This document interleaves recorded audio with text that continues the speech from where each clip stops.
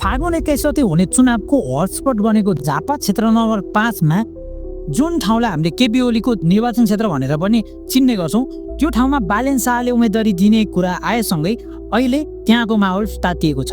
कतिपयले बालेन शाह त्यहाँ बलिको बोको हुन गइरहेका छन् भनेका छन् भने कतिपयले अहिले नभए कहिले जाने, अहिले नहराए कहिले नहराउने भन्ने कुरा गरिरहेका छन्।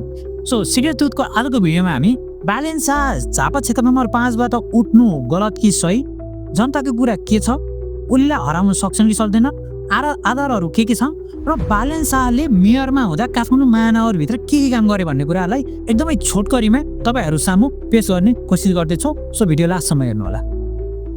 2079 सालमा जब बालेन काठमाडौँ महानगरपालिकाको मेयरको रूपमा चयन भए त्यस दिनदेखि नै बालेन कामसँगै आलोचना पनि खेपिरहेका छन्। बालेन शाहले होला राम्रो आफूले चुनाव अगाडि भन्न नसकेका कतिपय कामहरू गर्न सकेनन् होला, तर बालेन शाहले महानगरभित्र जुन परिवर्तन देखाए, जुन परिवर्तन ल्याए त्यो कुरा हामीले गर्नै पर्छ। अहिले विपक्षी दलका नेताहरूले जुन आरोप बालेनलाई लगाइरहेका छन्, चुनाव अगाडि उनले आफ्नो घोषणापत्रमा के कुरा राखेका थिए र अहिले उनले पुरा गरे कि गरेनन् भन्ने कुरा एकछिन छोटकरीमा चर्चा गरौँ। बालेनले काठमाडौँ महानगरभित्र के कुराहरू गरे त? सर्वप्रथम त बालेनले हामी कसैलाई थाहा नभएको काठमाडौँ महानगरभित्र पढ्ने विद्यार्थीहरूको लागि 30,000 भन्दा बढी विद्यार्थीहरूको लागि स्कलरसिपको व्यवस्था गरे। अर्थात् काठमाडौँ महानगरभित्र रहेका विद्यालयहरूमा, कलेजहरूमा 30,000 भन्दा विद्यार्थीहरूले 1 रुपैयाँ पनि पैसा खर्च नगरी पढ्न पाएका छन्। के त्यो प्रशंसनीय काम छैन? र सरकारी जग्गा मिचेर आफ्नो धरोहर थडाएकाहरूको लागि 171 भन्दा बढी रोपनी जग्गा बालेनले महानगर वा सरकारको नाममा फिर्ता ल्याएका छन्। के यो काम प्रशंसनीय छैन? काठमाडौँ महानगरभित्रका फुटपाथहरू हेर्नुहुन्छ भने पेपर ब्लकहरू बिछाइएको छ। जुन फुटपाथमा हिँड्न हामीले नाक छोपेर हिँड्न पर्थ्यो, अहिले ती फुटपाथहरू हिँड्नका लागि अति योग्य भएका छन्।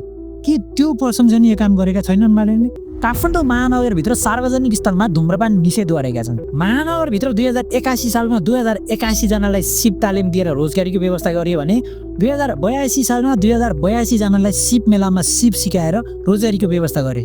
के यो काम बालेनले प्रशंसनीय गरेनन् होला? अर्को आरोप बालेनमाथि के लाग्दै आइरह्यो भने यदि बालेन आफू स्वतन्त्र मेयर भएर भने वडा अध्यक्ष, कार्यपालिकामा आउने वडा अध्यक्षहरू त सबै पार्टीबाट आएका हुन्छन्, तपाईले कसरी काम गर्न सक्नुहुन्छ, तपाईको मिटिङमा उनीहरूले मिटिङ बिथोल्न सक्छन् भन्ने कुरा गर्दा बालेनले चुनाव अगाडि हामीले त्यो कार्यपालिकाको बैठक लाइभ गर्छौँ भनेका थिए र गरे पनि। बालेनले आजको दिनमा कार्यपालिकाको बैठक लाइभ भएको छ। जहिले पनि कार्यपालिकाको बैठक बस्छ, हामीले काठमाडौँ महानगरपालिकाको फेसबुक पेजमा गएर लाइभ हेर्न सक्छौँ। के यो काम गरेनन् बालेनले? र श्रम बैंक स्थापना गरे बालेनले। होला घोषणापत्रमा उल्लेख भएका केही कुराहरू छुट्यो होला नि, जसको लागि टाइम पनि लाग्थ्यो होला, तर एउटा कुरा के कराओस् भने बालेन शाहले राम्रो भन्दा पनि नराम्रो केही गरेका छैनन्। त्यसैले नेपाल राष्ट्रको लागि चाहिने कुरा भनेको देशमा राम्रो भन्दा पनि नराम्रो नगरिदिए मात्र पुग्छ। र अब एकछिन चर्चा गरौँ झापा क्षेत्र नम्बर 5 मा यदि बालेन गयो भने के हुन्छ? मलाई अचम्म लाग्छ हामी आम नेपाली जनताको सोच देख्दा। के हामी जनता त्यो परिवर्तनको लागि साँच्चीकै तयार छौँ? के हामी परिवर्तन चाहन्छौँ? यदि साँच्चै चाहन्छौँ भने चुनाव पछि हुने झापा 5 को इलेक्सनले त्यो कुरा डिटर्माइन गर्छ। हामी अझै पनि भदौ 23 र 24 गते भएको जेनजी आन्दोलनमा 76 जनाले ज्यान गुमाउँदा त्यो बेलाको सरकार को थियो? सरकारको नेतृत्व कसले गरेको थियो? त्यो प्रश्न गर्नुहोस्। अझै पनि हामी माझ बालेनलाई त केपी ओलीले हराउँछन्, बालेन किन त्यहाँ गएर चुनाव लड्नु भन्ने यो यस्तो क्वेसन हाम्रो दिमागमा आउँछ भने हाम्रो आफ्नै सोच बदल्नु जरुरी छ। हामी जनता नै खराब छौँ। त्यत्रो कलिला 76 जना निर्दोषहरूको हत्या गरेको सरकारलाई अझै पनि चुनावमा जितेर आउँछन् भनेर हामीले जुन आशा देखाइरहेका छौँ, के हामी जनता नै खराब होइन? हामीमा त्यो क्वेसन आउनु नै गलत हो। त्यसैले मेरो एउटा के अनुरोध छ भने यदि तपाईँहरूको दिमागमा त्यो क्वेसन आइरहेको छ भने आजै हटाउनुहोस्। परिवर्तन सम्भव छ। नेपाली जनताले चाहेको भनेको हत्यारा सरकार होइन, अब देशलाई राम्रो उदय दिन सक्ने सरकार हो, देशमा परिवर्तनको झिल्को बाल्न सक्ने सरकार हो। त्यही भएर अबको चुनावमा डराउनु पर्ने केही पनि छैन। यदि जनता चाहन्छन् भने देशमा त्यही हुन्छ, जे जनता चाहन्छ त्यही हुन्छ। अब बालेन शाह र नयाँ आएका पार्टीहरूलाई लगाउने एउटा आरोप, पुराना दलले चुनाव जित्नका लागि लगाउने एउटा आरोप भनेको सीमादरबार, सर्वोच्च अदालत र संसद भवन जलाए भन्ने हो। यदि 23 गतेको घटना हुन्थेन भने के 24 गते आउँथ्यो? त्यो मेन क्वेसन हो।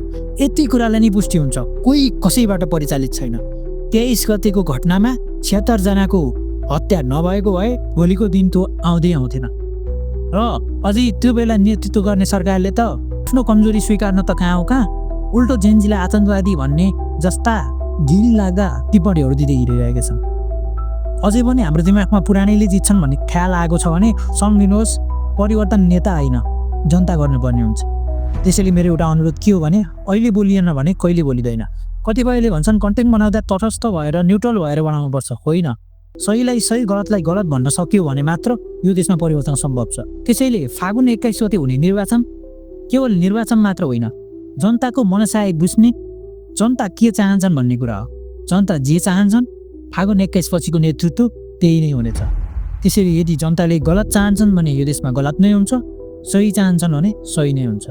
यो निर्वाचन केवल निर्वाचन मात्र होइन, बालेन शाहको उम्मेदवारी केवल एउटा उम्मेदवारी मात्र होइन।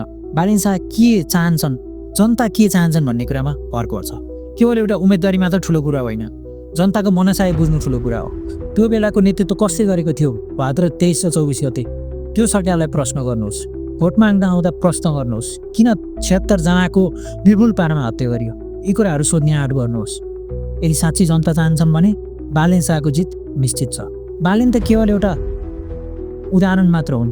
यस्ता कतिपय नेताहरू छन् अहिले जो पुरानाका खिलाफमा, जो पुरानाका अपोजिसन भएर उठ्दैछन्। योग्य छन् भने अवश्य भोट दिएर जिताउनुहोस्, किनकि परिवर्तन जनताबाटै हुने हो, परिवर्तन हामीबाटै हुने हो। अब हामीले चाह्यौँ भने परिवर्तन सम्भव छ।